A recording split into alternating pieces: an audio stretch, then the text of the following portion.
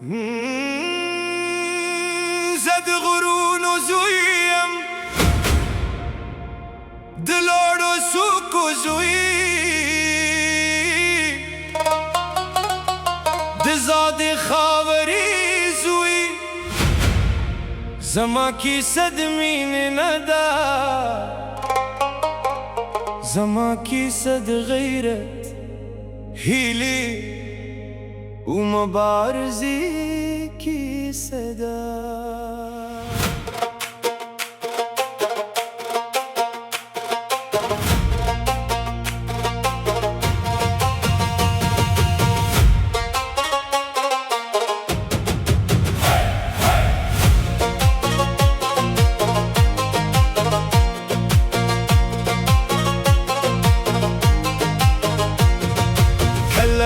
زما شوم د غرونو تر سیوري لاندې لوی شوم د سیندونو له سندرو سره ویده کېدم او د سهار له لمر سره راویښېدم زما ښوونځي د ژوند میدان استادان تجربه و وخت و ما د پلار له تندي د قربان ګیمانه زده کړه او د مور له داد امید قوت زده کړه ما به د غرونو لوړو سکوت ته کتل او له ځانه به مې پوښتل یا یوه ورځ به زه هم دومره لوړه شم باد به راته ویل که باور لري هو او هماغه ورزش مې په زړه کې یو ارمان وزیږي چې زه به د خپل ژوند کیسه په خپله لیکم زه د غرونو زوی یم سر مې لوړ دی تر اسمانه که طوفان راشي که باران راشي زه به بیا هم ولر یم زه د غرونو زوی یم د امیدونو مسافر یم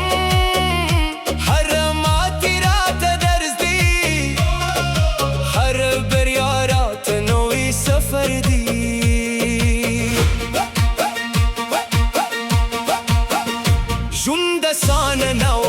لارې اوږدې وې او خندونه ډېر و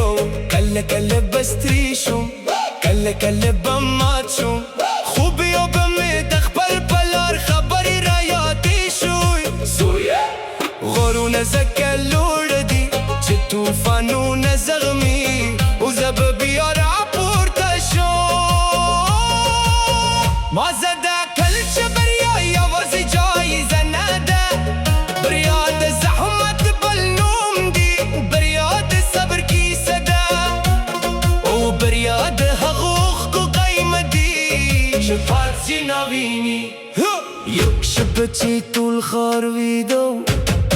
زه د خپلو خوبونو په اړه فکر کوم او زړه مې راته وایي تر څو چې باور لري هغه غوره لوړه نه دي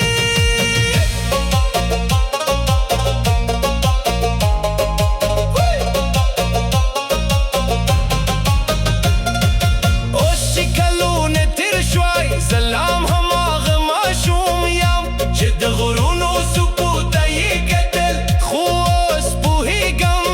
چې تر ټولو لوی غر د انسان د ویر غر دی او تر ټولو لویه بریا پر خپل ځان باور دی زه د غرونو زوی یم سر مې لوړ دی در اسمانه که دنیا بدله شي که خلک بدل شي زما اراده نه بدلږي زه د غرونو زوی یم د امیدونو مسافر یم هره ماتې راته درس دی هره بریا راته نوی سفر دی زه د خپل خاورې مینه لرم د خپلو خلکو مینه لرم د خپلې ژبې مینه لرم او د خپلو ریښو یاره لرم ځکه انسان که هر څومره لرې لارې شي خپل اصل نشي هېرولی که یو ورځ زما نوم هېر شي که زما آواز خاموش شي زه یوازې